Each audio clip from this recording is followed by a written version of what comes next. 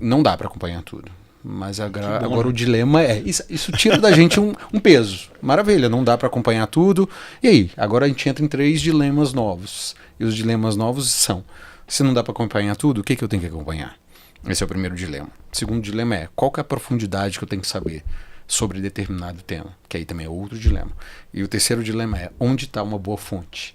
E o nosso cérebro, ele de fato não acompanha, né? A gente não está passando por uma atualização de software igual nossos telefones que se atualizam o tempo todo. E eu trabalho muito com mulheres, né, dentro do consultório. E dentro do consultório, principalmente, a gente vê essa sobrecarga, né? Uma cobrança muito maior, porque hoje, querendo ou não, as redes sociais impactam muito nisso, né? Sim. Então, eu sou mãe, e aí eu acordo lá e fulano já fez lancheira bonitinha, já fez não sei o que, já fez isso, já fez aquilo, e eu tenho que sair, trabalhar, fazer tal coisa, e aí? E se não dá tempo, né, de eu fazer isso? E aí começa esse nível de cobrança, e aí foi como o Rafa colocou muito bem colocado, o que eu vou, de fato, me cobrar? Conexões de Negócio no ar, mais um episódio para vocês que estão acompanhando a gente.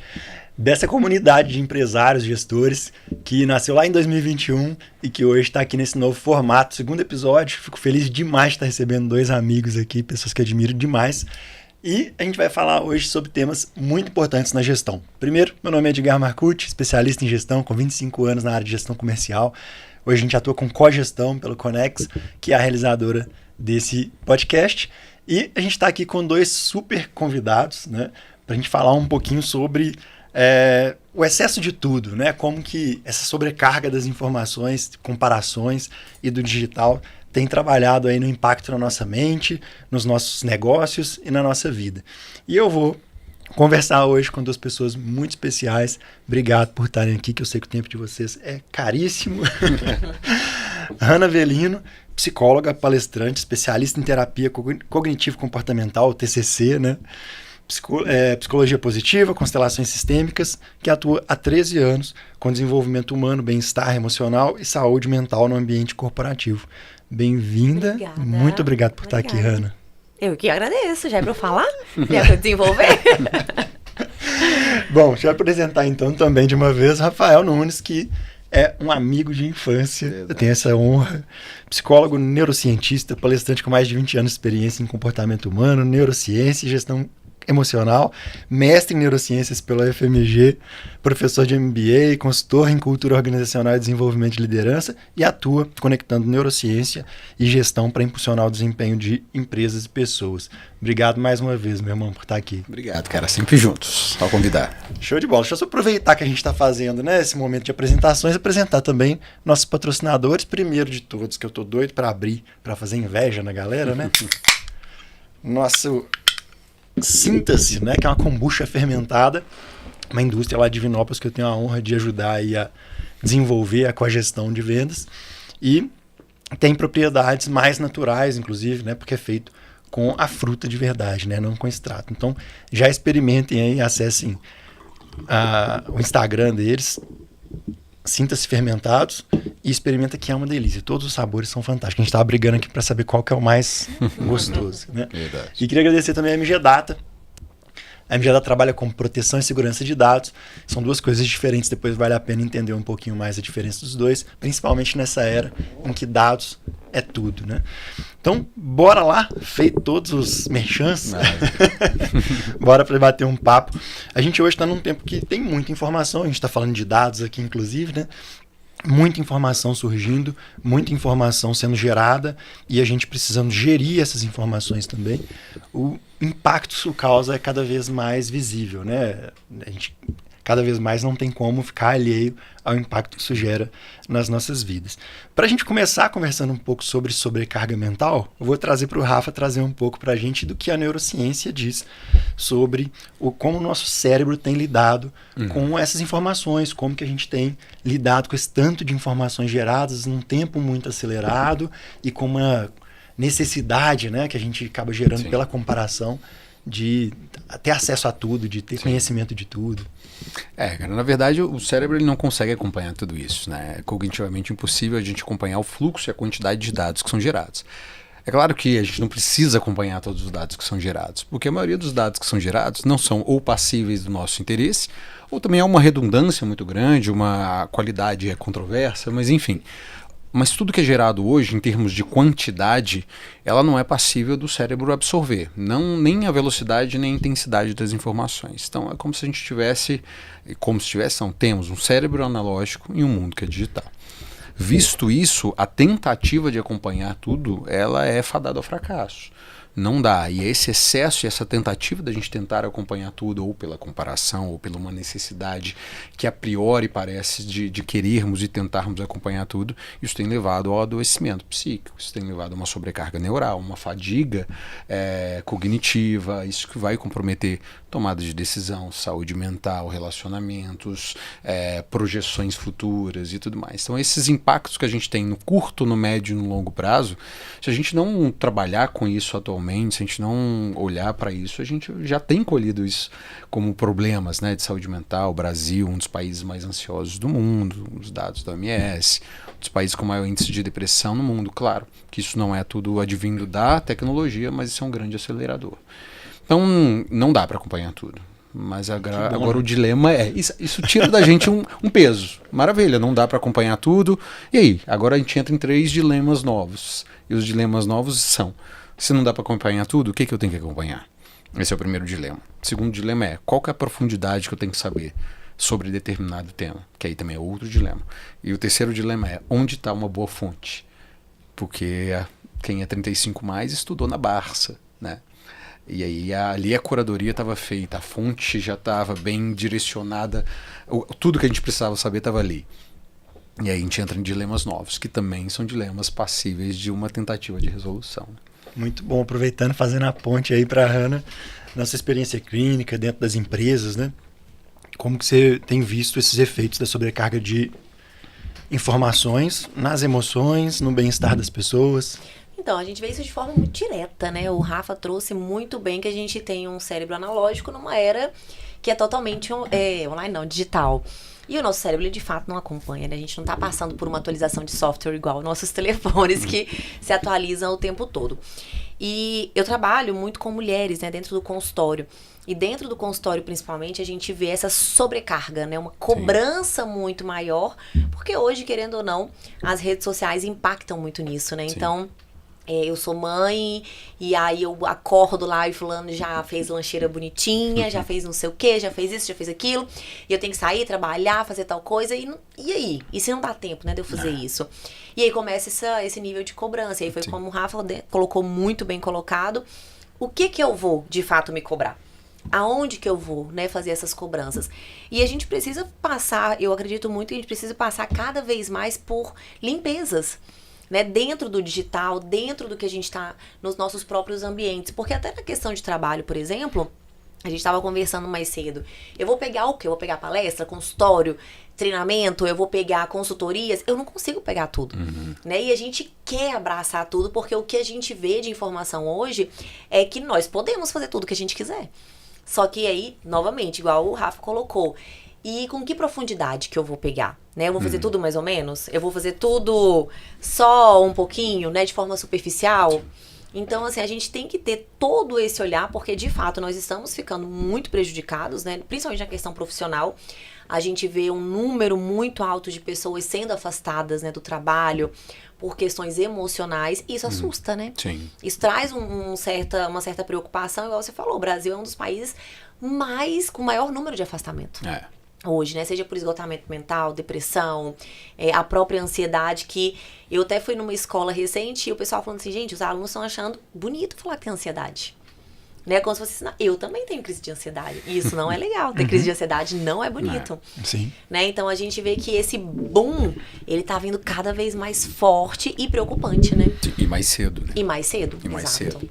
Eu vi uma fala sobre o TDAH, né, nesse sentido. Eu mesmo sou um que falo, né, eu com certeza tenho TDAH, mas eu não tenho diagnóstico, eu nunca procurei e nem tenho nenhum grande efeito que eu fale, né, assim, isso me afeta, assim, né, eu tenho pequenos lapsos de memória, pequenos esquecimentos, costumo deixar a chave pro lado de fora de casa, aí minha esposa fica meio chateada, mas enfim, o que eu vejo hoje é isso, né, assim, parece que a gente quer justificar que nossas falhas, né? Nossas imperfeições ali, que é normal, a gente quer rotular isso com diagnósticos que não são clínicos, né?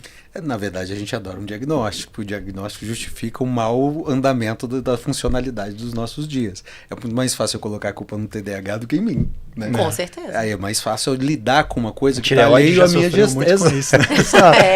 Super. É muito mais fácil eu colocar e terceirizar ou colocar a culpa num lugar onde eu não possa fazer nada, porque isso me isenta de querer fazer alguma coisa. E sobre o TDAH, por exemplo, é claro, a gente vem hoje numa vida que a gente fala que na neurociência mesmo, que a gente está like a TDAH. O que é like a TDAH? As pessoas não dormem adequadamente, as pessoas não se alimentam adequadamente, as pessoas estão extremamente sobrecarregadas de informação, de um monte de coisa. E quando você não dorme adequadamente, você tem comprometimento das suas funções neurais, vai acumulando adenosina ali. Durante o sono, o seu sistema linfático, se ele não limpar aquilo ali, você não consolida a memória, você não acorda descansado, você compromete seu grau de alerta, você compromete seu foco atencional no outro dia. Ou seja, todos os sintomas do TDAH são passíveis de observação em pessoas que dormem mal, que não dormem bem. Ou seja, a pessoa às vezes ela tem um sono desregulado, uma alimentação que não é boa, uma rotina que sobrecarrega ela. No outro dia ela continua acordando cansada porque não fez ali toda a higiene do sono, aquela limpeza necessária para que a pessoa acorde com as funções executivas preservadas. E aí ela acha que tem TDAH. Porque o mundo leva a gente a ter uma vida like a TDAH. Então qualquer médico que se vá buscando um diagnóstico, ou pelo menos querendo entender se tem, a primeira pergunta que o médico deve fazer é se a pessoa dorme bem. Se o médico não faz essa pergunta, se já vai logo diagnosticando ou medicando, tá errado, porque você tem que mexer primeiro no comportamento. Né? Mas sabe uma coisa que eu vejo assim que me preocupa e me assusta, né, ao mesmo tempo? É porque eu vejo que a nossa cultura, ela é uma cultura muito por busca de atalhos. Sim. Né? Então, por exemplo, como você falou, o médico, primeira pergunta, você dorme bem? Não, o que você está sentindo? E hoje a gente tem alguns diagnósticos que estão muito fáceis, né? Sim. É o TDAH, bipolaridade e borderline. Eu nunca vi tanta gente com borderline igual eu tô vendo ultimamente. Todo mundo agora é borderline, eu tenho bipolaridade.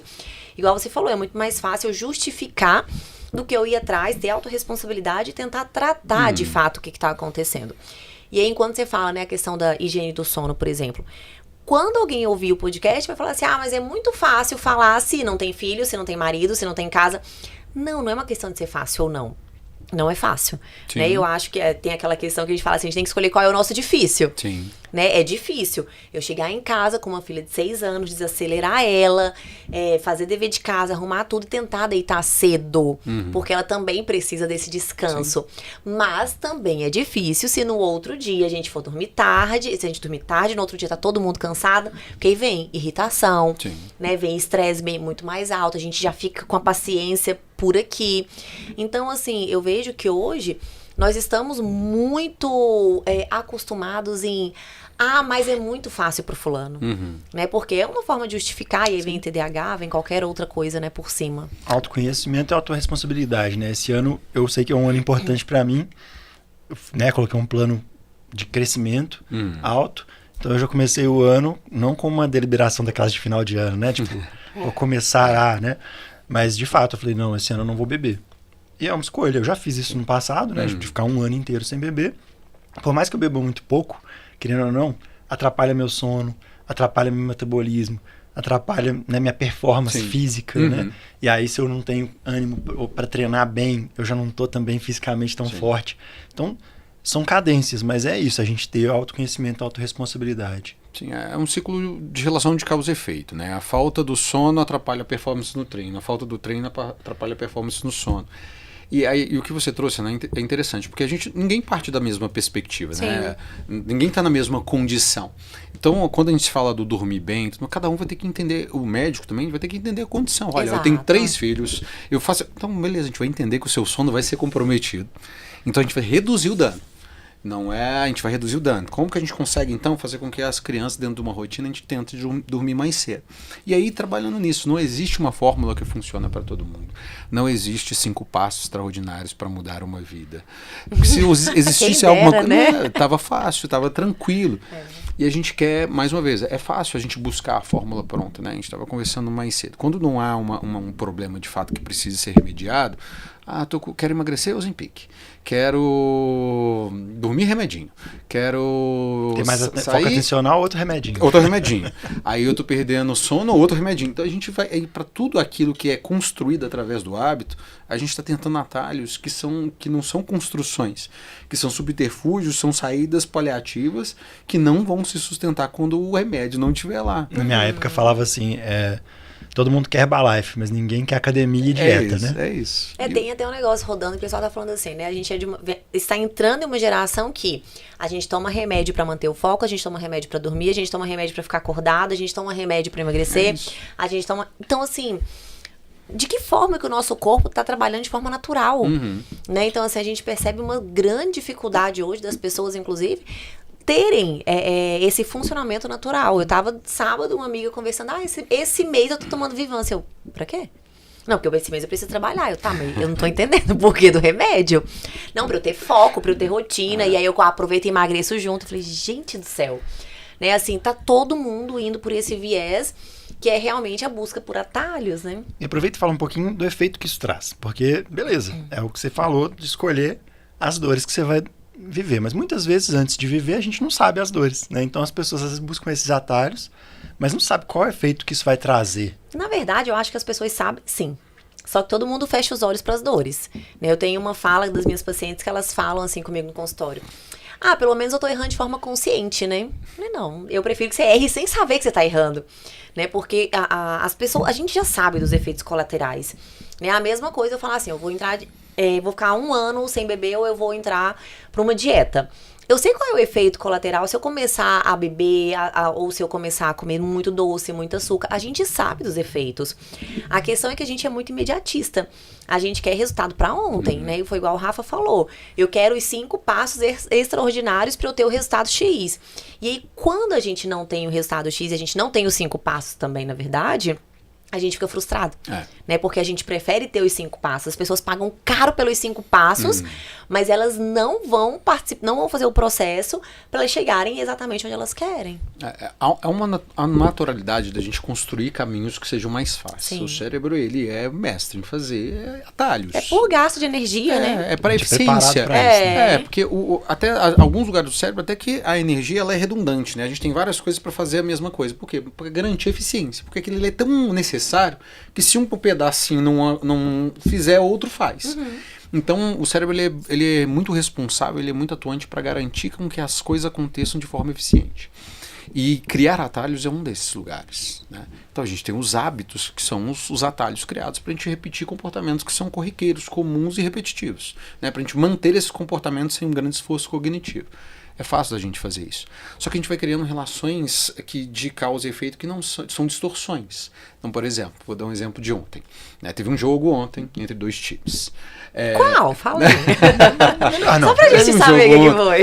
Entre 2 times. E eu tenho um amigo que ele é do time, eu sou atleticano e ele é cruzeirense, e aí ele falou assim, nossa, vai jogar o Atlético Cruzeiro e eu vou colocar a minha camisa, que é a camisa da sorte dele. E a camisa da sorte nada mais é do que um dia ele colocou essa camisa e o time dele ganhou. Aí no outro dia ele colocou essa mesma camisa e o time dele ganhou de novo. No outro dia ele estava com essa camisa e o time dele ganhou de novo. E na nossa cabeça, por mais que cientificamente isso é uma grande bobagem, não tem o Alecrim Dourado acha que a camisa dele faz realmente impacto. Mas isso, eu estou dando um exemplo bem simples e corriqueiro, mas a gente faz isso o tempo todo. Todo tempo. A gente faz isso com um monte de coisa. A gente faz associações e relações de causa e efeito que não existem para justificar alguns padrões. Então, eu falo assim, toda pessoa que é assim não é legal. Toda situação que é assim, eu tenho que sair fora. Então a gente o cérebro é muito bom em criar essas conexões. E quando a gente está falando assim, qual que é o impacto disso? A gente vê, por exemplo, a geração Z. Uma geração que está chegando para trabalhar, já está trabalhando conosco, mas uma geração que até 2027 vai ser 30% da força de trabalho aproximadamente. E aí, vamos lá, só fazendo um parênteses. Toda generalização é burra, né? Então, toda vez que eu coloco todo mundo no mesmo pacote, eu estou cometendo um grande erro, mas é um erro didático, né? Consciente, mas dentro de uma consciência didática. É uma forma de ter um parâmetro, né? Eu não consigo falar assim, X% dessa geração, porque eu não tenho um estudo que caracterize isso que eu possa extrapolar. Mas, enfim, é uma geração que vem mais imediatista. Não é mais imediatista porque eles são preguiçosos, são mais imediatistas porque eles sempre vieram numa construção cognitiva, dos hábitos, das associações, de que era mais fácil do que foi para a nossa geração. Mais fácil ou mais acessível, não posso colocar como mais fácil, mas pelo menos mais acessível. Quer comer iFood, quer se movimentar, eu pego um Uber, não preciso pegar um ônibus, não preciso esperar no ponto de ônibus. Então eles nunca tiveram... Quero assistir um filme, não tem que esperar a sessão da tarde. Eu assisto o que eu quiser, a hora que eu quiser, dou pausa a hora que eu quiser. Então isso tudo criou uma sensação de que tudo é possível o tempo todo e eu que escolho. E aí quando essa geração chega com essa perspectiva no mercado de trabalho, que é as coisas acontecem, você cresce do jeito que você quer o tempo todo, você recebe o que você gostaria de receber o tempo todo, você só vive flores dentro do teu trabalho, não vai acontecer. Controla a relação dos seus clientes. Você controla a relação, você controla você, às vezes a gente não controla nem você mesmo, você vai controlar a emoção e não dá. E aí é uma geração que chega e se frustra muito mais rápido, porque os padrões cognitivos criados são de padrões de maior velocidade, de maior facilidade. E na hora que a gente vai para a vida, nem tudo é tão fácil assim. Então a gente, de fato, vai ter que enfrentar uma educação. Os gestores, eles vão ter que ser educadores também. Legal você ter falado disso, eu vou te interromper só para a gente trazer, porque tem um quadro que a gente traz aqui no Conexões, que é o quadro de gestão e liderança, o cogestão. Então aqui a gente vai compartilhar aqui na mesa, com uma mesa redonda, né? Nós três aqui, o nosso ouvinte lá. Vamos trazer isso para a roda. Então o case que eu tinha selecionado aqui é justamente sobre isso, né? Até um case de dentro do Conex, né? Vou falar com bastante abertura aqui. A gente sempre vai trazer um case de uma empresa, um case real. Quando a gente puder, a gente fala o nome. Hoje é um caso desse. E lá no Conex é uma escolha minha, né? Eu acredito que, por mais que tenha todos esses desafios, é melhor treinar alguém do zero do que pegar alguém viciado, principalmente quando a gente está falando de uma empresa nova. Aí minha percepção, a minha forma de gestão, eu estou falando de uma empresa muito nova que eu estou criando os processos. Eu prefiro pegar alguém que eu crio o processo e a pessoa aprende esse processo, depois a gente duplica, a gente valida e duplica esse processo, que é o que está acontecendo agora, do que pegar alguém cheio de vício, né, que já tem uma referência também, às vezes, muito robusta de empresas que passou e tudo, e que vai criar expectativas que estão desalinhadas com o momento da empresa, né? Só que, por outro lado, eu tive a oportunidade, eu queria mandar um abraço pro pessoal da longevidade, né, a Michele, a Lena, quero trazer elas aqui pra gente falar um pouquinho sobre a longevidade, né, o mercado de trabalho para esse 60+. Legal. E aí eu trouxe essa vertente também de contratar o 60+ para equilibrar. Eu vi como uma forma de trazer um temperinho, né? Sim. De mais experiência, de mais solidez nos valores, né? De mais... Enfim, de uma robustez de experiência mesmo, que trouxesse uma carga que desse uma equilibrada ali com essa energia.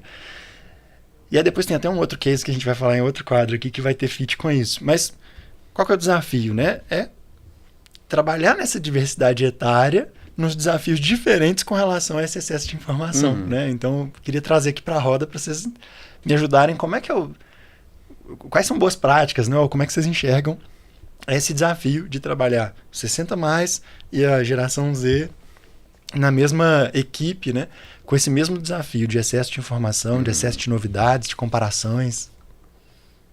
Eu acho que vai numa vertente muito de respeito primeiro, né? Eu tava até olhando uma reportagem que saiu outro dia, eu não lembro onde que era, que os supermercados estavam contratando caixas 60+, porque tem o pessoal que chega no caixa e quer conversar, eles não querem que seja tudo muito rápido, assim como a gente já tem, né, os autocaixas, né, que a gente quer passar ali.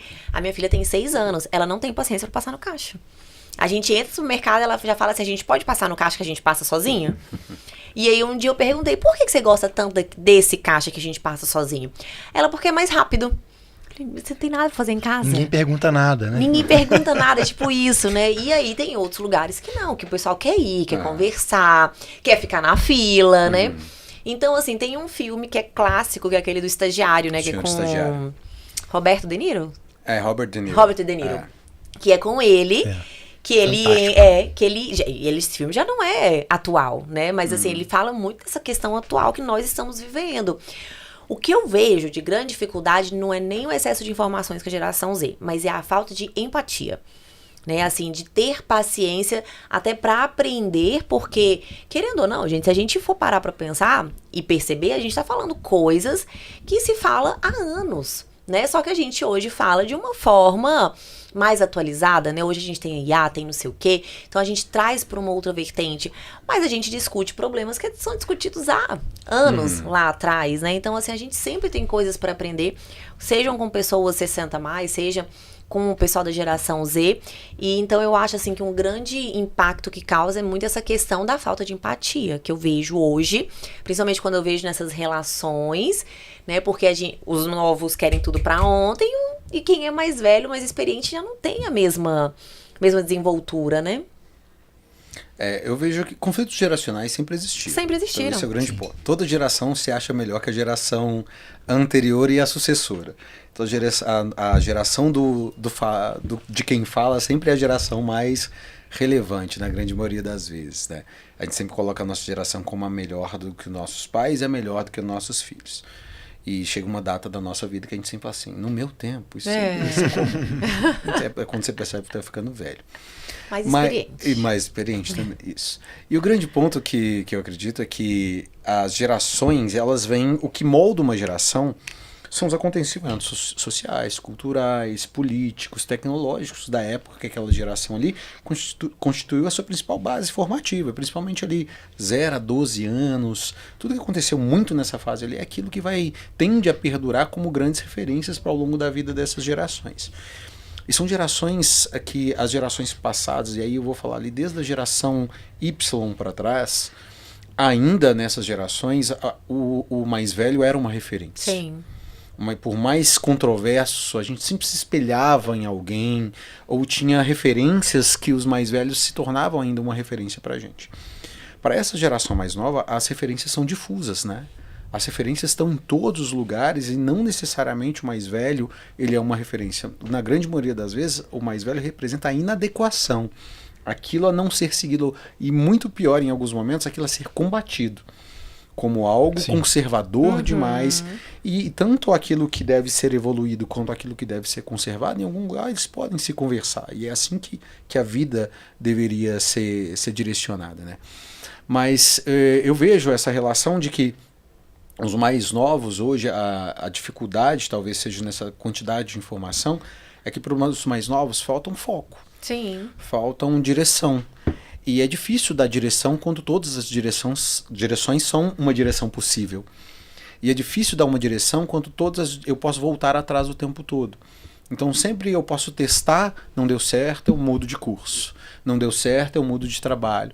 Então é essa perspectiva deles de muitas opções que a gente vai falar do paradoxo da escolha, que é do Barry Schwartz, que quanto mais opções eu tenho, isso não me deixa mais feliz na grande maioria das vezes, me deixa confuso. Sim. E isso, quando o cérebro fica sobrecarregado diante de uma quantidade muito grande de opções, a gente tende a travar, a gente tende a postergar a tomada de decisão, ou a gente tende a tomar uma decisão igual a gente sempre tomou. É o exemplo que eu dei há um tempo atrás. Você vai assistir um filme no Netflix, aí você passa horas tentando assistir um filme. Né? Aí de tão cansado que você vai lá e assiste Friends de novo. Porque você tá tão cansado de buscar, você vai qualquer coisa. E aí isso não impera, nessa tomada de decisão, não impera uma cognição real, não impera uma tomada de decisão baseada nos fatos. Impera o cansaço, impera a fadiga. E aí os mais novos estão nesse lugar também. Eles têm tantas opções que quem fala mais alto ou alguém que fala de um jeito diferente já é alguém para eu seguir. Bom líder. Um bom líder. E os mais velhos ainda têm referência nos processos, nas coisas, nos meios, e entendem o valor do tempo para a maturação da percepção.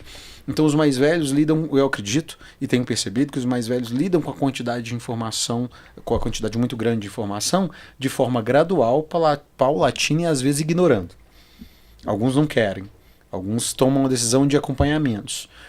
E os mais novos lidam com todas as informações de uma forma muito difusa, sem muito foco. Então a gente vai ter que entender que o gestor ele vai ter que comprar as brigas e ele vai ter que ser o curador. Ele que vai ter que falar assim, ó, mais velho, mais experiente, vamos seguir por aqui.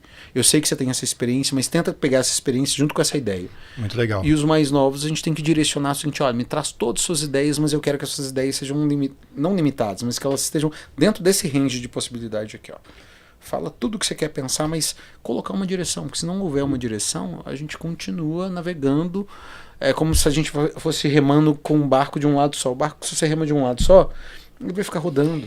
Por isso que a gente vê hoje muitas ideias e poucas ações. Isso. Né? Então, eu até vi outro dia um negócio que falava assim, antigamente, a gente sabe que, por exemplo, para fazer escola, a gente leva, sei lá, 10 anos na escola.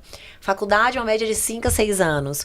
Mais uma pós-graduação, mais não sei o quê. Agora, com a internet, a gente quer abrir um Instagram e viralizar qualquer coisa ali em 10 segundos, né? E acha que isso é o que está fazendo valer a pena. Então, a gente vê essa superficialidade que a gente estava conversando, né? Através muito das redes sociais.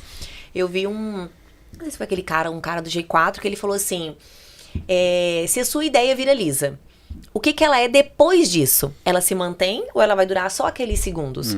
Porque se ela se mantém, é porque realmente é uma ideia aprofundada e que vai ter lógica naquilo. Se não, vai ser só mais uma coisa que viralizou. Assim como N coisas que estão... E até que tem conexão, né? É muito legal você falar disso, porque hoje eu vejo muito essa métrica dos números, né? Sim. Da vaidade. Então, você quer viralizar pra quê, né? Você quer só para as pessoas te darem like ali e te dar uma sensação de aprovação, ou de fato aquilo ali vai trazer alguma verdade que você carrega, né? Ou seja, que o próximo vídeo você está falando sobre isso, que a próxima palestra você está falando sobre isso, que no seu dia a dia você está vivendo isso, né?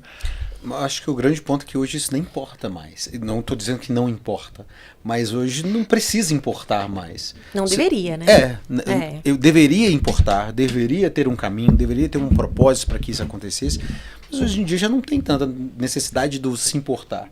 Desde que eu ganhe dinheiro, e eu acho que a grande sacanagem do modelo que essas empresas têm é o modelo de comparar, e quem surfa nessa onda muito bem vende essa ideia. Que fala assim, olha, dá para você fazer, você consegue, entra aqui no jogo que você consegue faturar. Entra desse jeito que você consegue faturar. Aí eu pego pessoas, lembrando que os jovens têm essas referências em vários lugares, aí eu pego grandes influenciadores e falo para esses influenciadores falarem que esse é um bom caminho, que esse é um caminho possível. Que na hora que você vai analisar a estatística, é 0, alguma coisa. De tantos que tentam, poucos conseguem. Mas não é isso que eles vendem. E é muito mais fácil. A gente já falou que cognitivamente a gente tem uma tendência muito grande a escolher caminhos que são mais rápidos. O que é mais fácil? Eu fazer um vídeo e ganhar milhões? Ou eu trabalhar anos e ter a possibilidade de nem chegar no meu milhão? Mas foi muito legal você trazer essa palavra da curadoria, porque eu vejo nisso a solução para o que eu enxerguei lá dentro também, que é a cultura, né? Ou seja, no centro dessa decisão que eu tomei está a cultura. Então a cultura ela passa a ser privilegiada pela experiência de quem vem 60 mais, com a sagacidade, a voracidade, né? A velocidade de quem chega querendo fazer para ontem, né? Então a hora que a gente une isso aí dentro de uma cultura que está bem estruturada, bem embasada e bem comunicada, né? Para que a gente gire em torno dali, aí cria o que a Hannah falou desse respeito, né? E dessa agregação de uma construção em conjunto de duas gerações, trazendo cada um seu tempero, sua melhor artimanha, né? E assim a gente entrega mais para o cliente. Aproveitando para falar, a gente começou a falar sobre comparações de redes sociais e tudo. Isso é natural do ser humano, né? A gente é condicionado a comparar, a ter referência, né? Assim, a gente não consegue nem ter um entendimento de algo se a gente não buscar algo que a gente já conheça para ter de referência. Porém, a gente passou, até tive uma discussão num podcast com um colega também, falando sobre isso. A gente passou pela época da Barça, a gente passou pela época do Wikipedia, onde você podia participar, né, colaborar, mas a informação base era validada, né? Tinha uma curadoria ali e tudo. E hoje a gente passa por uma era de creators onde todo mundo tem razão, né? Ou seja, quem faz mais barulho, como vocês disseram, acaba tendo mais voz, tendo mais validação, e aquilo ali se reverbera muito, né? Como é que vocês veem o futuro disso, né? Como é que vocês veem o futuro dessa comunicação, desse posicionamento, até pra gente gerar conteúdo, que a gente vê que é um meio hoje natural, mas de uma forma responsável, de uma forma que, de alguma forma, traga alguma curadoria, que traga alguma responsabilidade? Como é que vocês enxergam isso? Pode ir, Rafa. Achei difícil essa pergunta. Cara, eu acho que tem uma referência de que sempre a gente pegou as referências dentro... Claro, sempre quem conta a história primeiro tende a ter a base da história como a maior referência. E a história sempre foi contada por um grupo de pessoas e tudo mais. Mas, enfim, a Barça era a nossa curadoria, a Wikipédia era uma curadoria que era bem feita, a partir de princípios que nós entendíamos que tinha uma base científica por trás. Hoje a gente vive no mundo da pós-verdade. E a pós-verdade é cada um constrói a sua, vive a partir dela... problema do outro. E a gente começou a viver mundos de ideologias, de separatividade muito grande, onde parece que não existe mais a verdade, né? E tudo aquilo que é fake é aquilo que eu não acredito. E isso é muito complicado. As retóricas, né? E é difícil colocar aquilo como fake aquilo que eu não acredito, porque aquilo que eu acredito também é uma base de informação enviesada, parcial, seletiva e tendenciosa. E é difícil colocar isso para alguém curar, né? Alguém que eu digo assim, quando essa discussão começou a virar política, eu acho que a gente começou a ter um problema. Porque a gente parou de conversar sobre ciência, parou de conversar sobre fatos, a gente começou a conversar sobre pontos de vista. E toda visão de mundo ela é seletiva, parcial e ela é tendenciosa. Dentro de uma empresa, o que faz curadoria é estratégia e cultura. É líder, mas a partir do quê? O que ele cura? Ele cura a partir das experiências, ele vai olhar a estratégia como norte e a cultura como padrão de comportamento, né? Cultura e valores como os direcionadores de como a gente faz. A estratégia para onde a gente está indo, as pessoas é quem vai fazer o processo, e aí você começa a juntar montar esse quebra-cabeça, jogar esse joguinho de xadrez. Acho que a dificuldade grande maior agora, e olhando para o futuro de fazer curadoria, eu acho que nunca foi tão difícil, nunca será, e a partir de agora será cada vez mais. Porque além de a gente não ter uma base, e onde que está a curadoria real? Tá a ciência, são os dados. Então, eu pegar os dados, fazer esses dados virarem informação, conseguir extrapolar esses dados. Então não dá para fazer uma pesquisa com 5 pessoas e falar assim, então é isso. Não, eu preciso de um bom dado científico, ele pode ser extrapolado para um grande número de pessoas. Então a gente começar a fazer uma ciência que tenha maior capacidade extrapolativa e tudo mais. Eu acho que é aí que vai estar a curadoria. Mas a gente vai enfrentar um grande desafio, muito, muito grande, de conseguir conversar. Na verdade, eu acho que a gente já vem enfrentando, né? Porque, assim, a comunicação, ela nunca foi tão fácil, mas nunca foi tão difícil ao mesmo tempo. Porque, é igual o Rafa falou, vem muito uma questão de ponto de vista. Então, peraí, se ele tá falando uma coisa, eu tô ouvindo o que ele está falando, ou eu já tô buscando informações para eu poder rebater o que ele tá falando e a minha verdade ser mais verdade do que a dele, né? Então, cria-se esses conflitos. E hoje, por exemplo, tudo é muito rápido. Eu fiz um propósito desde 2024 que eu não ia mais ouvir áudio acelerado. Por quê? Eu já sou muito acelerada. Então, na hora que eu tava ouvindo áudio, eu ouvia áudio fazendo 1000 coisas ao mesmo tempo. Então, eu já ouvia a pessoa falando acelerada. E aí, eu já respondia mais acelerada. E aí, uma vez eu fui questionada, por que você tá tão estressada? Eu falei, não tô estressada. Né? E eu comecei a perceber que eu achava as pessoas estressadas e que aquilo foi estressando a minha cabeça. 2024, eu não escuto mais nenhum áudio acelerado. Por quê? É uma estratégia, entre outras milhões da minha rotina, onde eu precisava entender a comunicação. Eu trabalho com comunicação. Né? Eu tô passando, igual você falou, a questão da responsabilidade. Se eu trabalho com a comunicação, eu preciso ter responsabilidade naquilo que eu vou passar, naquilo que eu sei que vai pra frente depois, né? Então, nem sei como que tá isso hoje, mas até pouquinho tempo atrás, a responsabilidade da comunicação era de quem estava passando a comunicação, né? Então, hoje em dia, como que a pessoa recebe essa comunicação? Né? Então, a gente tem que ter esses pontos e como o Rafa colocou, se eu vou trabalhar com liderança, com gestores, a responsabilidade vai ser deles, né? Isso tem que estar muito bem organizado. E aí vem muito essa questão de que a gente tá sem paciência para ouvir. A gente tá sem paciência para poder tá, deixa eu ouvir o que você tá falando de fato, para eu entender e continuar com isso aqui. Né? Então eu vejo realmente, é um desafio que eu acho que cada vez mais a gente vai enfrentar num formato onde talvez vai criar muito conflito. Né? Cada vez mais vai vir esse conflito em cima. Os principais players de branding, de marketing, de marketing digital, estão falando justamente isso, né? Que a tendência de bombar nas redes hoje é justamente o desacelerar, né? Trazer um Tem conteúdo. um novo, né? Que agora chama Soft Life. Isso. Eu até fiz um post sobre ele ontem. Porque a gente tá tendo desafio pra desacelerar. Desafio pra fazer coisas básicas, né? Tipo assim, eu vou parar e vou ver uma série aleatória hoje que não vai me agregar em nada na vida. Nossa, Sim. mas será que eu vou fazer isso mesmo? Será As que eu não pessoas cada tinha? vez mais meditando, né? Buscando Tentando, conteúdos mais né? leves, mais profundos, né? Um pouquinho mais longos, porque a gente ficou viciado nesse muito rápido e tudo. E aí você falou de um negócio interessante, até trazendo o que o Rafa trouxe também como uma pergunta para você. Nessa briga política, nessa disputa atencional, né, onde quem fala mais alto, quem fala mais rápido, quem traz mais movimento, né, que virou até um meme de internet, né, você fala mexendo, as pessoas prestam atenção em você. Presta atenção em mim.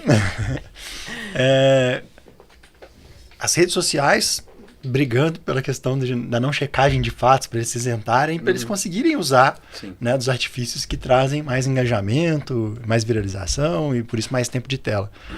Como que o ser humano médio, né, consegue ele mesmo se proteger? Você deu até uma dica, né? Se desse desacelerada, buscar artifícios para desacelerar, mas o que mais que eu posso fazer para dar esse foco atencional correto, vamos falar assim? Olha, eu acho que quanto mais a gente conseguir ter consciência, né, trazer uma consciência para o que está acontecendo mesmo.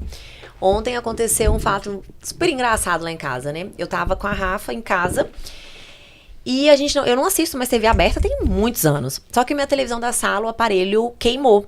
E a gente foi almoçar, enquanto eu almoçava eu liguei a televisão, tava passando um programa qualquer lá na Globo, aquele negócio que o povo canta mascarado. Eu também não conheço, eu só vi lá depois. Aí tava lá e a Rafa parou na televisão e ficou assim, olhando. Aí veio a propaganda, ela, o que é isso? É anúncio?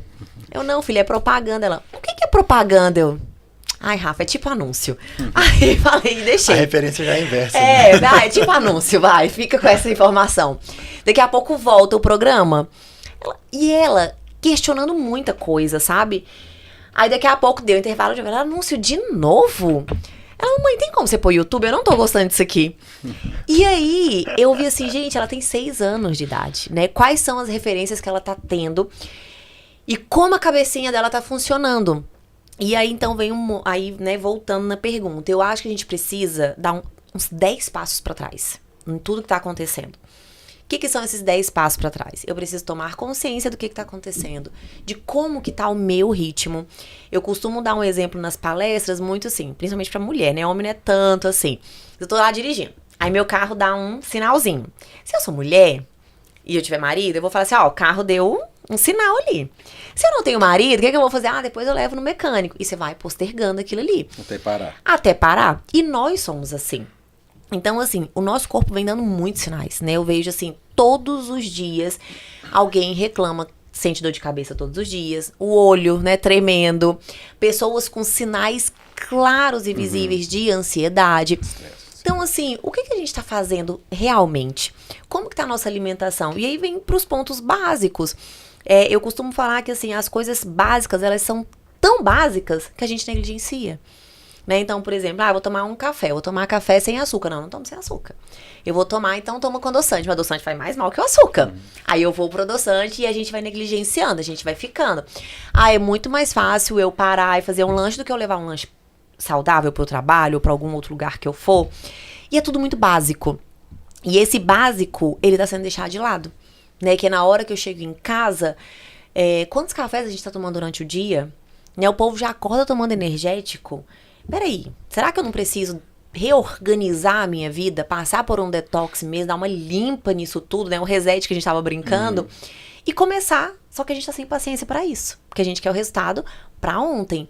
E o nosso corpo, ele tá tão viciado em tudo isso que a gente não tá dando conta de fazer esse reset. E a gente não dá conta de, eu preciso acordar cedo pra poder ir na academia, talvez. Aí eu tento uma vez, eu falho, aí eu já não quero mais, aí eu quero começar a academia, eu quero o resultado em 1 semana. Eu começo a fazer o detox, uma dieta, qualquer coisa, eu quero o resultado em 3 dias. E não vem o resultado, eu largo tudo, eu entro no looping de novo, que é muito mais fácil eu viciar o meu cérebro, o meu corpo, com os resultados, prazeres imediatos. Sim. Aí prazeres imediatos acaba com a gente, né? Ele é uma fonte de prazer, mas ele não pode ser a única, né? Exatamente. Quando ele é a única, ele se torna efêmero. E prazer, ele não é acumulável, né? Eu não acumulo prazer. Quem prazer dera, né? Prazer eu comi o hambúrguer, acabou o hambúrguer, acabou o prazer.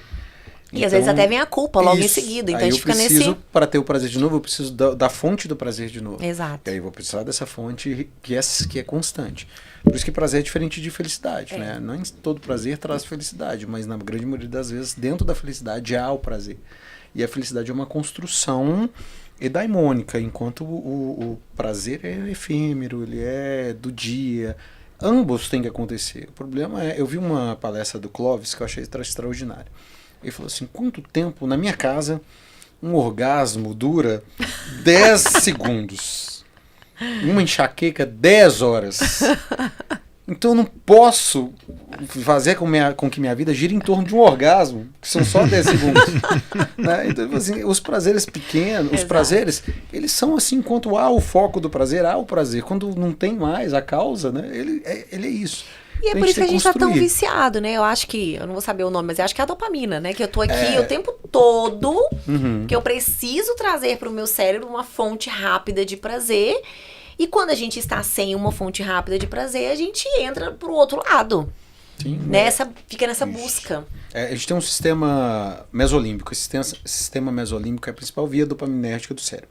Nem tudo é só dopamina, mas a dopamina é um neurotransmissor muito forte nessa modulação e na intencionalidade do comportamento. Quando há essa intencionalidade, quando há essa proximidade, esse desejo, eu tenho ali um foco dopaminérgico, eu tenho ali uma descarga dopaminérgica, então ali na área tegmental ventral, vai para o núcleo accumbens, vai para o cérebro e vai fazendo com que o comportamento seja motivado. Então é como se fosse uma droga. Então eu vou ter lá, tem a usabilidade da droga, eu tenho ali a dopamina para usar. Quando eu uso, o prazer, os receptores recebem aquilo ali, despejam ali os hormônios, os outros neurotransmissores ali ligados ao uso daquela substância. Se eu faço esse uso corriqueiro, que se foi prazeroso vai ter uma segunda descarga de dopamina, eu vou querer mais, eu tenho um vetor de força muito importante ali, a usabilidade constante daquilo ali vai me trazer menos prazer. Para eu ter o mesmo prazer que eu tinha antes, eu vou ter que usar mais. E porque eu vou tendo no cérebro recaptação desses neurotransmissores pelo excesso desses agentes ali na fenda sináptica. E eu vou reduzindo isso, né? Então, e a vida é isso. Eu tenho uma coisa que me dá prazer. De tanto eu fazer, aquilo não está dando prazer mais. Comum, né? Aí eu falei assim, não, agora eu preciso de algo que me dê mais prazer. É uma droga como outra qualquer. É uma droga como outra qualquer, então, só que legalizada, ou pelo menos que a gente nem sabe imperceptível, que é uma talvez, droga. Né? É tipo chocolate, açúcar, álcool, né? Tabaco, jogo. A gente brincou do café, né? Com açúcar e tudo. Você toma café. Eu tomava... O que é pior? Vou contar pior. Eu aprendi a tomar vinho com minha mãe, que já era vinho suave, né? Já era aquele vinho bem docinho, brasileiro e tal. Aquele vinho antigo, parecia um suco de uva.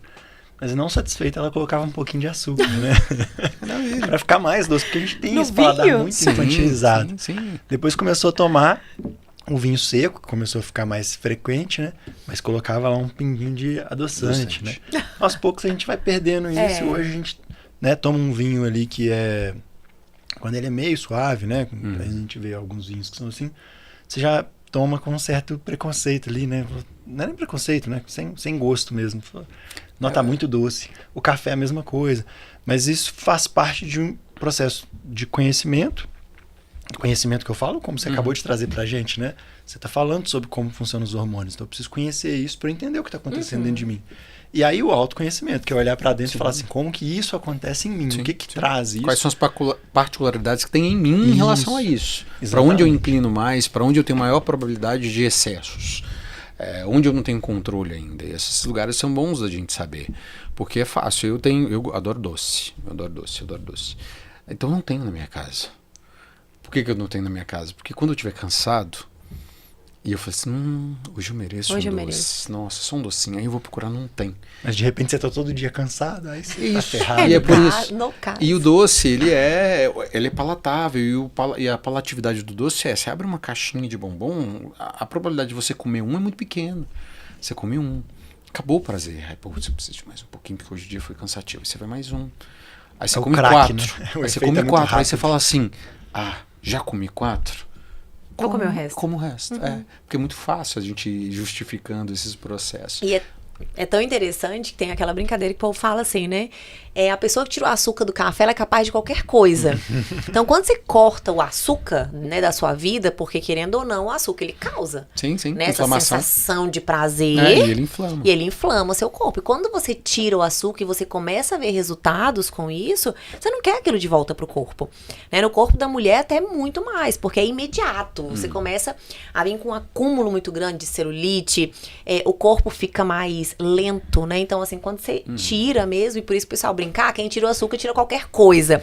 Porque a gente entende, se aquilo ali faz mal e eu não quero na minha vida, o que eu vou fazer é tirar. Então, se a gente faz isso com açúcar, a gente faz isso com qualquer outra coisa.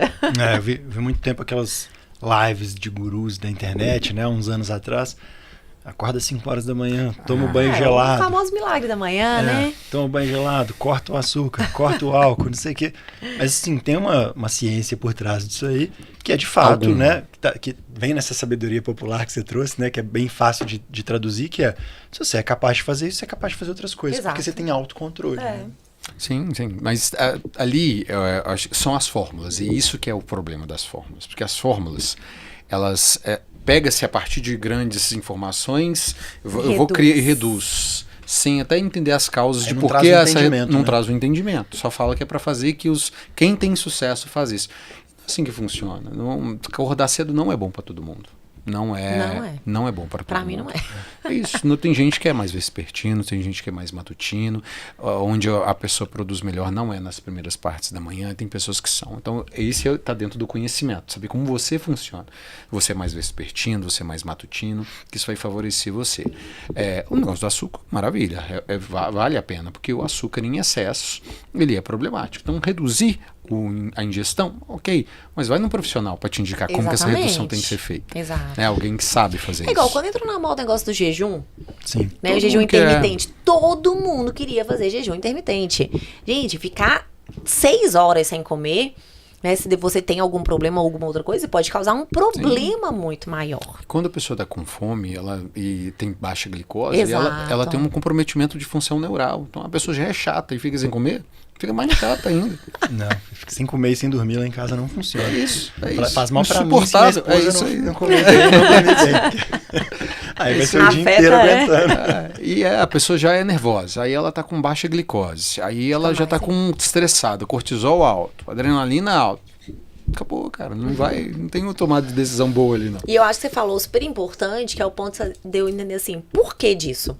Né? Igual vem a questão do o acordar cedo, aí todo mundo transforma em regras, né? Igual veio o milagre da manhã, né? Que nada contra quem faz. Mas, por exemplo, pessoas de grande sucesso, o que elas fazem? Elas acordam cedo, elas meditam, elas vão na atividade física, elas tomam banho gelado, elas fazem isso. Peraí, mas por quê? O que está por trás disso? E aí vem a questão da superficialidade. A gente não quer entender o porquê. A gente só quer a regra. Porque o padeiro também acorda cedo. Exatamente. Quem pega 5 ônibus também acorda cedo. Exato. Então, a métrica não é acordar cedo. A métrica é você saber o que você faz com o seu tempo. E é isso. Você aprender a controlar seus impulsos. É isso. E tem aquela métrica. Também as pessoas não partem do mesmo lugar. Eu queria só voltar no ponto do que você perguntou sobre as fake news, né? Assim, sobre as informações. Como você faz curadoria? E eu acho que esse é o grande dilema, que não há uma resposta. Quando as redes sociais hoje vêm e falam assim, eu quero tirar a minha responsabilidade de fazer a curadoria, não, o cheque se a informação é real ou não. É super difícil fazer isso, de fato, não estou falando que não é responsabilidade. Quem vai fazer isso? Quem é o órgão responsável por falar o que é real e o que não é real? É claro que tem informações que são super passíveis de análise. Eu falo assim, então se você não comer 5 tabletes do meu negócio, do meu produto, você vai ter diabetes.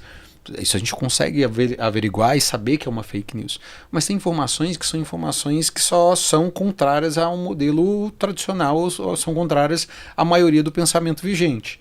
Como que a gente mensura se isso é uma informação que deve ser passível de análise ou não? Isso que é a dificuldade, eu acho, grande dentro desse processo, e por isso que dificulta tanto a gente concretizar um modelo de análise de informação, né? Perfeito.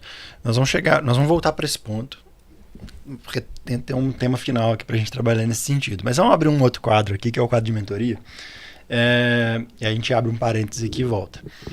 A MG Data, que é um parceiro nosso, mandou pra gente uma questão, na verdade um case também que a gente trouxe. Dentro do Conexões de Negócio, para quem não conhecia, o Conexões nasceu em 2021 no Clubhouse e a gente tinha mentorias. A gente fez 140 mentorias com 22 mentores gratuitamente para pequenos empresários. Então a gente trouxe esse bloco aqui para dentro. E o case é o seguinte, né? A gente tem um desafio hoje dentro da MG Data. A MG Data é um cliente do Connex, inclusive na cogestão, de alinhar times que precisam conhecer sobre tecnologia. É complexo, né? Mas times que precisam conhecer sobre tecnologia, só que eu preciso priorizar, porque a gente não consegue contratar a pessoa que conhece tecnologia e é vendedor. Né? Então eu preciso ter gente que é vendedora e gente que conhece tecnologia. E são geralmente pessoas diferentes. Né? E a gente tem também, hoje, dentro desse mesmo contexto, que é uma crença minha, eu acabei levando lá para dentro também, a gente contratou uma pessoa, né, ali não 60 mais, mas beirando 60 ali, né, 59, que veio da área gráfica, ou seja, nem veio da área de tecnologia, para trabalhar vendendo tecnologia, enquanto você tem pessoas mais novas lá dentro, extremamente ligadas ao mercado de tecnologia, que já atuam há muito tempo. E aí a gente vê um outro cenário, né? Essas pessoas que vêm cruas, sem conhecimento nenhum, estão muito mais abertas a aprender e implantar coisas novas, né? Coisas que ainda não tinham visto. Enquanto aquelas pessoas que já têm bastante conhecimento têm uma resistência muito grande pelo novo, uma resistência porque acham que já conhecem o suficiente e tal. Como lidar com esse desafio aí, trabalhando tanto na área da psicologia, no campo da psicologia, quanto no campo, né, neural aí, da neurociência? Adulto não aprende aquilo que não tem interesses, né, cara? Esse que é o grande ponto. Quando a gente fala de andragogia, de aprendizagem, a pessoa ela tem fases, né? A gente primeiro está na ignorância inconsciente, depois a gente vai para a ignorância consciente, depois a gente vai para o conhecimento consciente, para ir depois para o conhecimento inconsciente. Então é uma trajetória que se faz.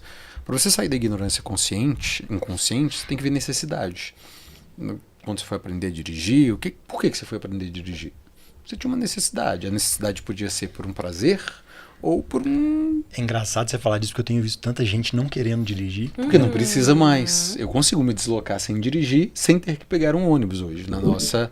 É coisa de velho. Na nossa época, para se deslocar, se você não tivesse um carro, você tinha que pegar um ônibus. Não tinha ou um táxi, que não era barato. Então, facilitou. A mobilidade hoje está muito mais facilitada. E, ok, a pessoa não precisa mais. Por isso que elas não querem, porque é mais um esforço. Se eu posso fazer tudo sem esforço, por que eu vou me esforçar? Então, não há uma necessidade vigente para a busca da grande maioria das pessoas mais novas hoje por uma mobilidade onde você dirige, né? Então, sempre há uma busca, primeiro, a mudança pela necessidade. As pessoas mudam pela necessidade do crescimento, então talvez o novo, quem é a pessoa mais nova, ela muda, ela quer aprender, porque para ela ali, primeiro, é um conhecimento que ela vai agregar, que ela vai levar, e há alguma percepção de ganho ali naquele início. Trazer pessoas mais novas e mais cruas, eu acho que é bom em um momento para você trazer esse movimento, mas você é referência técnica constante. Mas nesse caso é até o contrário, os mais novos são os que têm conhecimento técnico e os mais velhos são que estão vindo cruz. Entendi. A ideia de trazer os mais velhos são para trazer essa senioridade. Experiência de venda, né? Maravilha, a experiência de venda, do método de venda. Ok, mas um vai precisar da experiência do outro, um sem o outro não vai... Eu acho que essa que é a tônica. É fazer com que cada um entenda que sem o outro ele não vai funcionar. E que há uma necessidade vigente. Eu falei assim, meu amigo, se você não conhecer um pouquinho do técnico, o mais velho, né? Se você não conseguir conhecer um pouquinho do produto, você não vende. Se você não vende, você não fatura. Se você não fatura, você não tem dinheiro. E é deixar muito claro para a pessoa o que é valor para ela e o que ela foi buscar. Então, cara, um vendedor, na grande maioria das vezes, que ele busca é número, é venda, é variável. Então, é fazer essa dor chegar nele. Nesse caso, uma coisa que eu vi, até te elucidando, porque eu acho que eu fui sacana, né? Porque os dois cases que eu trouxe são bem parecidos e eles são inversos. Você ficou viciado no primeiro. Mas é legal porque o que eu vi, né? E aí nos dois casos, mas nesse em específico, pessoa mais velha, muito aberta a aprender e aprendendo com muita voracidade, enfim, consumindo ali tudo que a gente tem de informação para ela e aplicando. E o que eu vi? Valorização, né? Ou seja, tem um campo ali também de que existe muito pouca valorização desse profissional mais velho, que já está sendo meio descartado. E quando a gente traz ele, dá uma oportunidade tão real, tão concreta, e coloca ele no protagonismo, inclusive acreditando que ele é capaz, né, de fazer, porque eu escutei pessoas lá dentro, né, que têm poder de decisão, falar assim, cara, você está tomando a decisão errada. Eu falei, vai comigo. Vamos ver. Vamos comigo. Com a gestão é isso. Acredita em mim que a gente está gerindo junto. E aí deu super certo. E eu entendo que tem essa questão também, né? Do honrar a confiança, até porque eu acho que é um valor das pessoas também mais antigas, né? De honrar as oportunidades e tudo. E dos novos de olhar e falar assim, cara, eu já sei, essa pessoa não sabe, quem é você para me ensinar? Já sei o suficiente, por que eu vou trazer o novo? Como é que motiva essa galera? O Rafa falou um negócio que eu achei, né, que é muito real, que a gente trabalha muito dentro das empresas, que é a questão de valores. Então, assim, apesar da gente ter pessoas novas chegando, ainda tem muita gente nova que entende o que são essa questão de valores, né? Então, assim, eu atendo umas meninas mais novas no consultório, ali na faixa de 23 a 25, com uma cabecinha muito boa. Então, assim, eu acho que ainda tá vindo, né, uma geração que vem nessa questão dos princípios, os valores, e entendendo muito, assim, essa pessoa, né, os valores dela estão alinhados aqui com a empresa, né, com o objetivo da empresa, porque senão, contratar por contratar também hoje, a gente sabe que é um tiro no pé, porque vai dar menos de um mês aquela pessoa vai sair, e isso independente de idade, né, porque eu vou muito em loja, às vezes até comprar mesmo, eu entro numa loja, tá fulano, a outra já tá aí eu vou na outra loja, ela já tá lá. Tipo assim, prazo de uma semana, né? Então, assim, o que essa pessoa tá buscando? Não é só o dinheiro mais, né? Vem muito o que você acabou de falar, a questão do reconhecimento, essa valorização, tá todo mundo muito carente disso. Ambiência, né? O ambiente, né? Tudo isso influencia. Então, a gente vê hoje que empresas, inclusive, que elas investem nos colaboradores, e não estamos falando só do salário, mas às vezes até dos treinamentos, né, dos acolhimentos que são feitos pela empresa para os colaboradores, isso tem mudado, né? Eu fui numa palestra recente que nós tínhamos pessoas 60 a mais, como nós tínhamos 20 menos. E todo mundo numa integração muito boa. Então eu também acho que entra muito num perfil ali do que os gestores, né, os líderes estão trabalhando para que essa integração seja feita de uma forma saudável. O que a gente fez uma empresa uma vez, a gente foi desenhar um modelo de remuneração e remuneração variável. De pessoas de idades diferentes. E a gente percebeu que não era todo mundo que se motivava pelas mesmas Exatamente. coisas. Então a gente tentou colocar um modelo onde a gente conseguiria abraçar mais possibilidades de benefícios para essas pessoas. E a gente criou metas conjuntas, onde essas metas conjuntas a gente conseguiria fazer com que o trabalho de um impactasse no trabalho do outro. E em algum momento seria inegável ou inevitável a correlação da construção conjunta. Para não virar só um time que tem um artilheiro, que só ele que faz o gol, e se ele faz o gol ele ganha.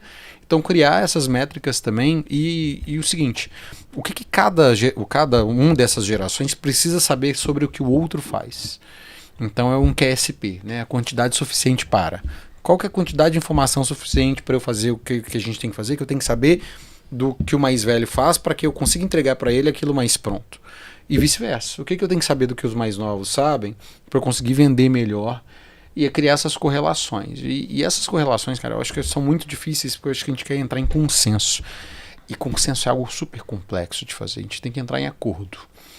Acordo é o seguinte, a hora eu ganho, a hora você ganha. Não é sempre que eu vou ganhar, e consenso a gente acha que todo mundo tem que ganhar o tempo todo. E não dá para ter consenso o tempo todo, principalmente dentro de empresa e num cenário parecido com esse. Muito bom, muito bom. Adoro quando você fala disso, né? Porque assim, você fala muito do bom senso, né? Qual que é o bom senso? É o meu, né? Exato, bom senso é uma grande furada. Você é muito inteligente. Exatamente. Muito bom. Voltando até para onde a gente estava mais ou menos e abrindo um último bloco aí, falando sobre até inteligência artificial, né? Essa semana a gente teve uma atualização de IA que trouxe as atividades, né, assim, trouxe para o campo ali do GPT, né, que vamos falar assim, onde está popularizado, é o Google da atualidade, né, ele faz as buscas e faz as escolhas por você. Então você fala com ele, olha, escolhe, vê para mim qual a melhor passagem para um voo tal dia, não sei o que e tal. Ele vai fazer a busca e ele vai optar a melhor passagem por você, ou seja, ele passa a fazer escolhas. Sim. Numa era que a gente está cada vez mais com acesso a mais informação e cada vez com menos informação, porque a informação ela está tão explícita, né, que você não precisa mais armazenar nada, você não precisa, né, ter tomada de decisão mais sobre as informações que existem. Sim. Você só precisa ter um comando ali, ter um desejo. Como é que vocês veem hoje essa interdependência, né? Assim, de o quanto que isso pode ser útil para facilitar a nossa vida, mas ao mesmo tempo o quanto que isso pode estar destruindo a nossa vida também, né? A nossa cognição, a nossa satisfação. Ô, Rafa, não sei se foi você que postou, que você até colocou, não sei se foi você, tô lembrando da imagem, mas que colocou assim no cantinho até, falando que a IA agora também o povo tá indo muito procurar coisa de terapia. Foi. Acho que foi você, não foi? Foi. Eu abri um assistente de terapia há um tempo atrás. E foi legal. Foi Não, é legal. É. Eu não abri ainda por puro preconceito, né? Mas eu tenho que abrir pra ver, até ver como funciona. Eu fui ano passado na feira de startups lá em Floripa. E tinham muitas, né? E nós testamos algumas. E todas muito falhas, porque fica muito repetitivo, né? São padrões, são respostas padronizadas. Então, assim, querendo ou não, vai saindo ali um comando... de algoritmo. Isso, generalizado. Exato. O que eu vejo de tudo isso?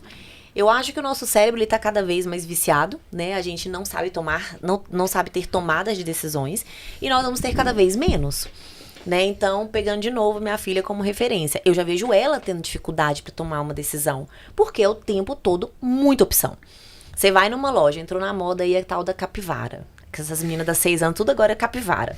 Fomos numa loja, tinha 365 modelos de capivara. Gente, pra quê? Capivara é uma coisa só. Tem um negócio só pra aquilo ali, mas não, 365 opções. Netflix, 365 opções. Isso é muita opção o tempo todo. O que é mais fácil hoje? Eu entrar no GPT, eu botar aquilo ali, pedir para ele compilar a informação e ele me entregar pronto. Eu tenho otimização do meu tempo, eu vejo uma coisa que teoricamente é o ideal para mim e eu vou para aquilo ali.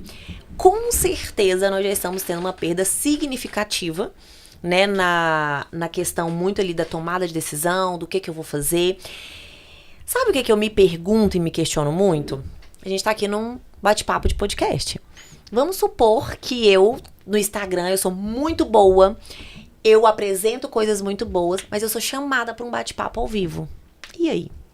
Eu acho que é aí que muita gente vai cair, né? Que a gente volta até na questão da síndrome do impostor, da impostora. Quando a gente começou com rede social, lá no meu tempo, há uns anos atrás, que a gente começou a mexer com rede social, o meu maior medo era a pessoa chegar no meu consultório e não encontrar a mesma pessoa do Instagram. E o que eu vejo hoje, tem pessoas muito boas no Instagram que quando você para conversar tete a tete, a pessoa não sabe conversar. Sim. Né? Então eu vejo que isso vai acontecer cada vez mais. Que vem a questão que a gente falou da superficialidade dos assuntos. Para eu ser muito boa, eu tenho que ser muito boa mesmo. Porque para eu ser chamada para um podcast, você pode me perguntar qualquer coisa aqui hoje. Né? Eu não vim com nenhum roteiro de perguntas. Você pode me perguntar. E aí, se eu começar a não saber não que eu tenho que saber de tudo, né? Mas eu preciso saber, eu preciso dar conta do conteúdo que eu apresento e que eu digo saber, né, sobre. Então eu vejo que a questão da IA hoje, ela vai impactar muito nisso. Sabe? Cada vez mais essa falha, né? E, eu preciso fazer um voo, não sei pra onde, eu não sei nem por onde começar a buscar. Eu vou lá, jogo e resolve tudo pra mim. E se der uma pane geral, gente, como é que vai fazer com essa galera? Né? Vai pegar muito, eu vejo, assim, nessas questões, principalmente as profissionais. Você fala de uma coisa que eu hoje ensino muito para as meninas, principalmente as que estão trabalhando comigo, né, as mais novas, que você não precisa saber de tudo, né? Tem um dilema que a gente tem até nesse case da MG Data. O pessoal com medo, né? No caso, são os que mais conhecem, com medo do cliente ter uma pergunta que ele não vai ter resposta. Eu falei, cara, não tem problema nenhum você não ter resposta.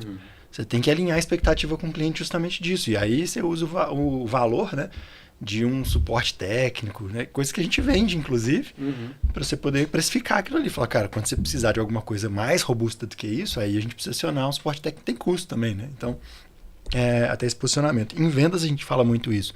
Quanto mais opção se dá para o cliente no final, mais tempo ele vai precisar pensar, mais ele vai postergar a decisão dele, porque no final ele gostaria de chegar numa decisão ali, né? Num ponto único, vamos falar assim, no melhor ponto. Que alguém ajude a resolver o problema. Exatamente, não que você vá tomar a decisão por ele, mas que você vá dar uma boa ferramentas curadoria por ele, para ele tomar a decisão correta. Exato, você fazer uma boa curadoria.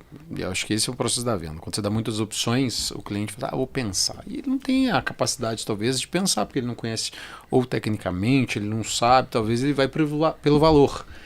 E aí isso é complexo também, né, na decisão. Então, por isso que a escuta, ela tem que ser bem direcionada para uma decisão e uma curadoria bem feita. Sobre a questão das informações IA, na cognição humana, a gente já vê esse impacto muito grande.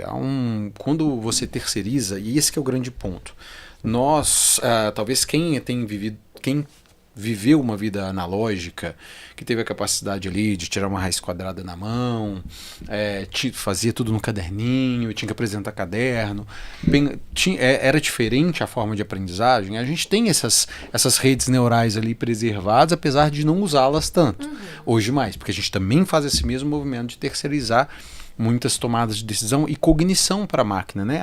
Toma uma decisão para mim. Onde eu vejo uma visão boa do uso dessas informações? Cara, para eu lidar com muito dado, para pegar uma massa de dado muito grande, que eu demoraria horas, dias para fazer, e que talvez eu tenha que saber ali uma fórmula muito forte de estatística, terceiriza para uma IA, tá tudo certo. Agora, o que eu vou comer, onde eu vou, o que eu vou fazer, ou como escrever tal frase, como pontuar tal frase, a gente tá terceirizando uma cognição que é básica e funcional. A gente está emburrecendo. Na verdade, eu sempre falei assim, a inteligência artificial não vai substituir o homem. Mas o grande ponto é que ela vai substituir aqueles que terceirizarem para ela fazer o que ele deveria estar fazendo. Sim. E esse é o grande ponto. Se a gente terceirizar para ela a cognição funcional básica de leitura, escrita, pensar, aí a gente tem um futuro nebuloso mesmo. E é tão engraçado, né? Esses dias eu recebi um texto de uma pessoa e veio um texto muito bem escrito, ponto. Eu falei, você tem certeza do ChatGPT? Não sabe fazer. Ninguém sabe fazer isso não, gente. Ninguém sabe mais. Não, ninguém sabe fazer isso não. Isso é triste. É triste. Isso é triste. É triste. Porque se eu sempre falo isso também nas palestras, na grande maioria das vezes, e aí a pessoa fala assim, não, Rafael, mas eu pergunto assim, como que seu filho, você tem um filho? Ah, tenho um filho. Eu pergunto, como que ele escreve no WhatsApp? Escreve a frase inteira? Não escreve a frase inteira. Escreve a palavra inteira? Não escreve. 2006, eu fiz um processo seletivo para contratar um auxiliar administrativo. E aí eu tava, enfim, não tinha perfil exato, né? Mas acabei pegando pessoas novas ali que estavam na faculdade e tal. E as pessoas, inclusive as mais introduzidas no mundo digital, porque na época não era tão acessível, né? Poucas pessoas tinham computador, não existia celular do jeito que a gente conhece hoje, com a internet e tal. E as que tinham mais acesso digital foram as que foram reprovadas. Eu lembro que eu contratei o Mozart, um beijo pro Mozart, que eu tenho contato com ele até hoje. Um cara super simples, que foi indicado por um contador, e um cara que escrevia muito bem, que lia muito bem e que tinha muita atenção. Os outros escreviam, né, vamos falar assim, na caneta VC, PQ, né? Porque já estavam viciados com essa questão do digital. Imagina hoje, né? E a pergunta grande mas aí eles falam assim, mas numa conversa coloquial não tem problema. Eu falo assim, não tem problema numa conversa coloquial. Agora, quando precisar de uma conversa formal, eles vão ter capacidade de uso de uma linguagem formal? Aí talvez não tenha. Aí a gente... Provavelmente não, né? E tanto isso tá tão... Eu acho que é uma coisa muito séria. Que a gente acha, assim, a pessoa quando aparece, nossa, eu gosto de ler. Nossa, você gosta de ler?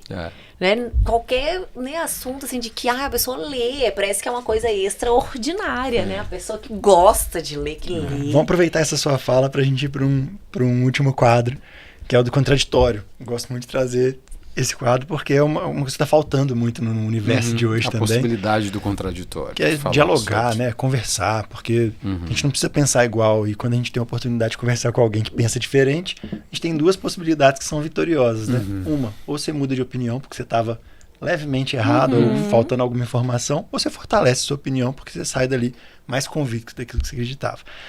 Aí tem uma máxima que também existe uma vertente aí, né? De que é muito legal a gente falar sobre essa busca pelo equilíbrio e o ler, né, por exemplo. É um exemplo que me pega muito, porque eu gosto de ler, mas eu não tenho o hábito de ler. São duas coisas diferentes. Eu sempre gostei de ler, mas eu nunca tive o hábito de ler. Por quê? Porque me falta tempo. E aí a gente entra naquela questão. Essa sobrecarga é para todos, mas a possibilidade de equilíbrio, será que ela é para todos? Ou... Não é. De fato, tem uma classe mais privilegiada que outra que consegue acordar às 9 com tranquilidade, tomar o seu café, ir na academia, ler o seu livro, né? Que a gente vê umas rotinas da manhã lindas, né? Que você fala assim, cara, meu dia inteiro eu não conseguia colocar o que essa pessoa fez antes de começar a trabalhar. Ah, mas no Instagram todo mundo é produtivo, Todo bonito, mundo. malhado e rico. Ninguém é feio, ninguém tem uma vida ruim no Instagram. Claro, eu acho que tem, sim, com certeza as pessoas têm condições completamente diferentes. Então, tem pessoa que vai acordar, tem que acordar 4 da manhã, pegar 2 ônibus para ir, para chegar no trabalho, ainda pegar, enfim, a condição é completamente diferente. As pessoas não partem do mesmo lugar. Exato. Esse é o grande ponto. Homem, mulher, quem tem mais dinheiro, quem tem menos dinheiro, não partem do mesmo lugar. Então, eu acho que a grande tônica é você saber onde está o teu poder de controle dentro das suas possibilidades. Claro que a gente tem que exigir do governo possibilidades, acessos e tudo mais, mas para a gente entrar numa seara do locus de controle pessoal, as pessoas têm que começar a entender o que está dentro do controle delas, na rotina delas, se é passível de algum controle, se é passível de algum equilíbrio. E eu acho que a palavra equilíbrio ela é até ruim, porque equilíbrio é parte do pressuposto de eu conseguir fazer tudo. E equilíbrio não é fazer tudo. A gente vai ter que... Equilíbrio é fazer a escolha do que dá conta do que não dá conta. É tirar o peso de um lado para ter do outro. Então, às vezes, eu tenho uma semana que às vezes vou viajar a semana inteira. Naquela semana, eu já tento avaliar as possibilidades que eu tenho de ir para fazer um exercício físico que eu preciso. Eu nem gosto, eu gosto, mas eu mais preciso do que gosto. E às vezes eu vou ter que falar assim, olha, putz, tentei encaixar aqui 7 dias na semana, eu vou conseguir 2. Cara, é o equilíbrio possível. É escolha. Eu escolhi fazer aquela coisa, então acho que é isso que a gente vai ter que começar a entender que equilíbrio é. E às vezes, cara, a gente pode ver até grau de adoecimento, mas aí são por razões distintas, claro.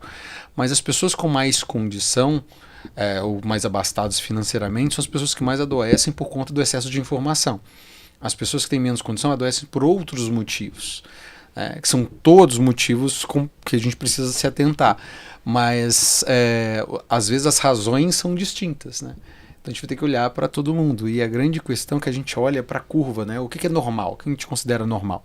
Normal, numa curva estatística de Gauss, que é uma curva em U invertido, normal é a maioria das pessoas que está no meio.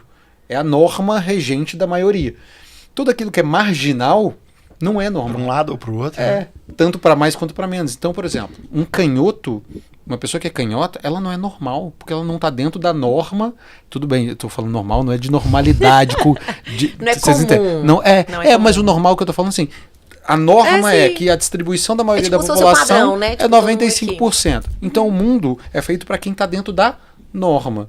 Então a vida é feita por canhoto? Não. Todo canhoto chega, tem em todos os lugares, tem uma carteirinha bonitinha para ele escrever, tudo é adaptado para ele? Não é. Por quê? Porque ele está fora da norma da maioria. Exato. Então é por isso que é difícil a gente tratar os menores, porque os menores muitas vezes estão fora dentro de uma normalidade. E a própria democracia em si é para atender a vontade da maioria, não de todos. E é difícil a gente chegar nesse lugar. Por isso que demanda muito diálogo, muita visão, muitas escolhas, e não as escolhas do consenso, as escolhas dos acordos, dos contraditórios, dos possíveis, dos adequados àquele momento. Eu concordo 100%. A gente não vive, né, numa sociedade que são regras, né? A gente sabe que existem padrões e momentos e ambientes que é tudo muito diferente. Inclusive, assim, quando eu comecei a trabalhar, né, com a psicologia mesmo, e eu fui afunilando para trabalhar com mulheres. E daqui a pouco você afunila para você trabalhar com um padrão de mulheres. E daqui a pouco a questão das mulheres e um valor específico que vai pagar, que eu sei que pagaria o valor de sessão. E teve uma época que eu entrei em crise com isso. Porque eu falava assim, gente, mas eu queria poder ajudar todo mundo. Como que eu posso fazer isso? Como que vai ser o meu equilíbrio para isso, né? E aí eu comecei a fazer o seguinte, uma vez por mês, eu tirava para fazer palestras em lugares, né, de forma social. Então eu saía da ponta A, eu ia lá pra outra ponta. E eu lembro uma vez que eu fui fazer uma palestra, era um centro espírita, e iam ter umas 300 pessoas. E aí na hora que eu cheguei lá, o pessoal ia falar comigo assim, pisando em ovos, Hannah. Desde a roupa que eu ia vestir, não vem muito arrumada, né? Mas eu já sabia todo o contexto. Aqui você tem que falar com o pessoal de uma forma mais comum, porque o pessoal que vai vir, eu falei, gente, relaxa. Pode deixar que eu sei, né? Administrar o negócio. E aí muda tudo. Muda-se o que vai ser falado, o conteúdo, os exemplos, o formato de conversar, o formato da fala. Eu não fiquei no palco, eu fiquei no chão o tempo todo, eu desci daquilo ali para poder conversar. Por isso que é uma brincadeira, mas que a gente entende quando fala assim, depressão é coisa de rico. Porque quem trabalha não tem tempo para isso. Não é verdade, a gente sabe disso. Mas nós também sabemos que hoje, né, se você for olhar para uma demanda maior, da onde que está vindo a questão de depressão, a ansiedade. A ansiedade dessa galera que eu fui palestrar era se eu vou ter almoço amanhã. Ansiedade de crianças, a gente vê crianças com ansiedade e depressão. Da onde que está vindo isso? Né, de uma estrutura mesmo da sociedade. Então, assim, a gente sabe que sim, é contraditório. Né? Se eu pegar... o livro Milagre da Manhã, ele não vai servir para quem tem que acordar 4 da manhã, pegar ônibus, pegar trem, sei para onde. O cara vai mandar aquela pessoa para aquele lugar, porque ele tem que acordar 4 da manhã, porque ele precisa, né? Porque ele quer, não. Né? Igual o Rafa falou mais cedo, se isso fosse regra para ser bem-sucedido, o que mais a gente ia ter eram pessoas bem-sucedidas. Né? E a gente sabe que não é bem por essa vertente. Então, é contraditório. Eu acho um assunto polêmico, porque dependendo de onde você vai conversar, as pessoas vão te olhar torto e vão falar que você está defendendo um outro lado, já leva para uma questão política. Por quê? Porque nós não sabemos conversar. O que é o bom senso? Né? Eu quero ter um lugar de fala, mas peraí, eu não quero receber o que vai vir do outro lado, eu quero só ser a pessoa certa o tempo todo. Né? Então, são pontos sensíveis, né, de serem trabalhados, mas que são muito importantes. Muito bom. Acho que a gente conseguiu abarcar um monte de assunto aí, mas ficou alguns pra gente ficar com um gostinho de quero mais.